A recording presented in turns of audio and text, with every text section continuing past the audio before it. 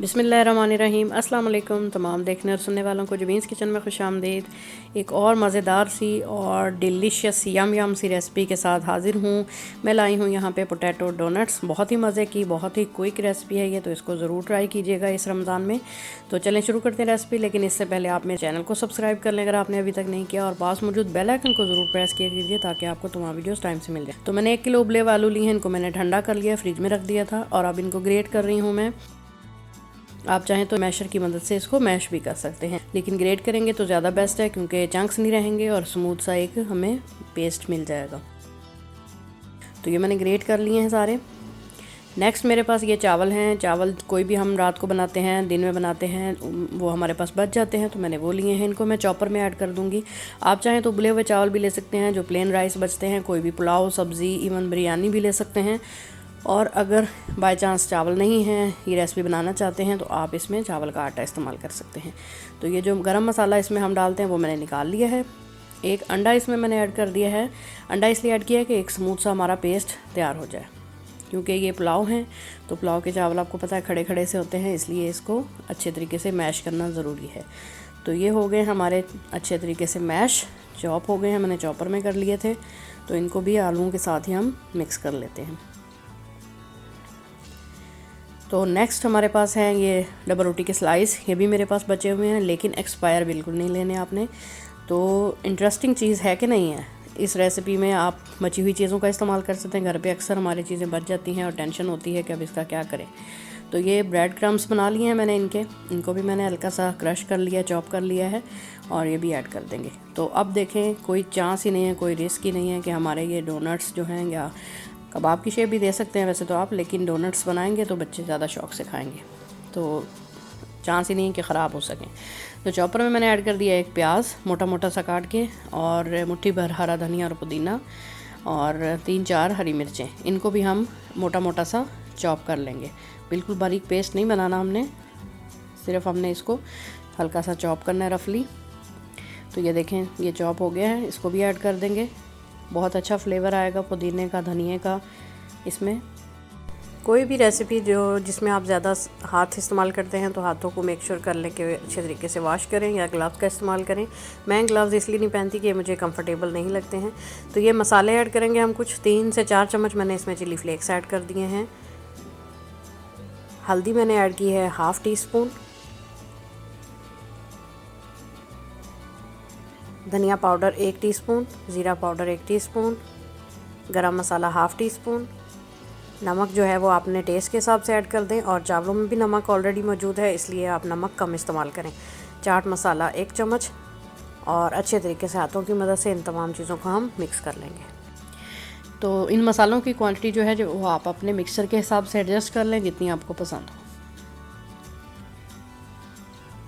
और भी इसमें आप ऐड कर सकते हैं, अनारदाना ऐड कर सकते हैं, लेकिन ये कि थोड़ा डोनट्स में उसका फ्लेवर अच्छा नहीं लगेगा।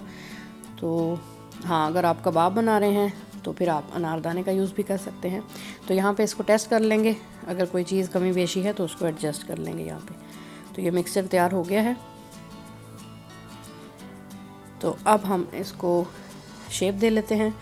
तो ये लिया है मैंने थोड़ा सा मिक्सचर। हाथों पे ऑयल अप्लाई कर लें, अगर आपके हाथों पे ये चिपकने लग जाए तो।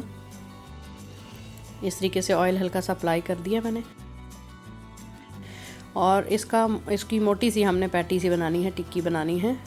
हमने जितना कबाब लेते हैं उससे थोड़ा सा डबल लेना है, क्योंकि हम डोनट्स बना रहे हैं, तो आपको पता है वो थिक होते हैं। तो इस तरीके से इसको गोल गोल शेप दे लिए पहले,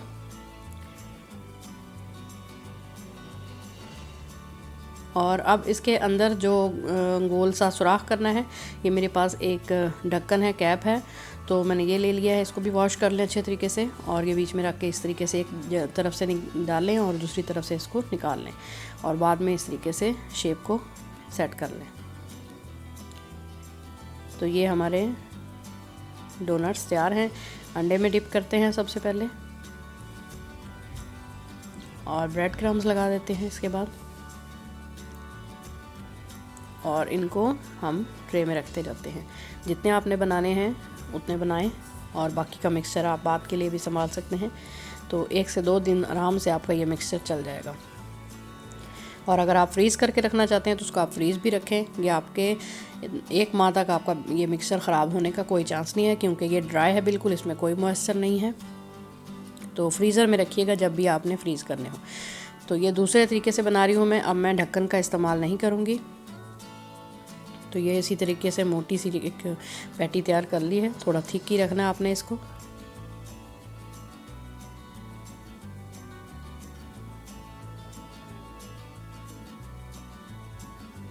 तो ये उंगली की मदद से मैंने दरमियान में इसको इस तरीके से सुराख निकाल लिया है, ये देखें। और दूसरी तरफ से फालतू का जितना भी हमारा मिक्सचर है उसको हम उतार लेंगे और इसको सेट कर लेंगे।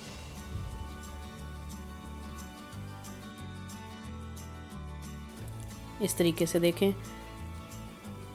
तो ये इजीली हमारे दोनों तरीक़ों से डोनट्स जो हैं वो बन के तैयार हैं। और इसी तरीके से हम बाकी के सारे डोनट्स भी बना लेते हैं। इसको सबसे पहले अंडे के मिक्सचर में आप डिप करें, उसके बाद ब्रेड क्रम्स लगाएं।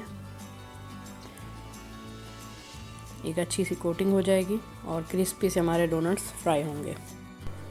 तो ये मैंने बना लिए हैं। अभी मैंने इतने ही बनाए हैं और बाकी के बना के जो है वो मैं फ्रीज़ कर दूंगी बाद में बनाने के लिए। तो आप भी इस तरीके से बना के इनको फ्रीज़ करके रख सकते हैं। तो ऑयल जो है वो हमारा तेज़ गर्म होना चाहिए जब हम इसको फ्राइंग के लिए ऐड करें। तो ये जी फ्राई करने के लिए मैंने ऐड कर दी हैं ऑयल में। ऑयल जो है वो हमारा तेज़ गर्म होना चाहिए। उसके बाद फ्लेम को एडजस्ट कर लें मीडियम पे, और अच्छे से क्रिस्पी हो जाएंगे तो इसको हम एक साइड से फ्लिप कर देंगे।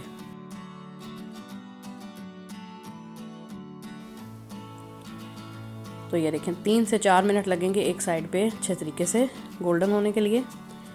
तो आराम से इसको फ्लिप करेंगे, टूटेंगे नहीं बिल्कुल, क्योंकि हमने इसमें सारे ही बाइंडिंग एजेंट्स जो हैं वो इस्तेमाल कर लिए हैं। तो अब कोई चांस ही नहीं है कि ये टूटें। इसलिए बहुत ही क्रिस्पी और बहुत ही अच्छे से अंदर से बिल्कुल सॉफ्ट और बाहर से एकदम क्रंची हमारे डोनट्स बन के तैयार होंगे। तो ये हो गए हैं, एक एक करके इनको निकाल लेते हैं। तो इसको ज़रूर ट्राई कीजिएगा और ट्राई करने के बाद मुझे बताइएगा कि ये आपको रेसिपी कैसी लगी है। बच्चों को बहुत पसंद आएगी। इवन आप इफ़्तार में बनाएं, रमज़ान में बनाएं, स्नैक्स के तौर पे इवनिंग टी टाइम बनाएं, किसी भी टाइम ये आपको बनाएं, बच्चों को बहुत ही पसंद आएगी। पार्टी टाइम के लिए बनाएं तो बहुत ही मज़े की ये रेसिपी है, बहुत ही क्विक और जल्दी बन जाने वाली है। तो आप इसको ज़रूर ट्राई कीजिएगा और फ़ीडबैक ज़रूर दीजिएगा कि ये रेसिपी आपको कैसी लगी है। मेरे चैनल को अभी तक सब्सक्राइब नहीं किया तो आपसे मेरी हम्बल रिक्वेस्ट है कि मेरे चैनल को ज़रूर से सब्सक्राइब किया करें। रेसिपी पसंद आई तो उसको ज़्यादा से ज़्यादा लाइक करें, शेयर करें दोस्तों के साथ। मुझे दें इजाज़त। Thank you very much. अल्लाह हाफ़िज़।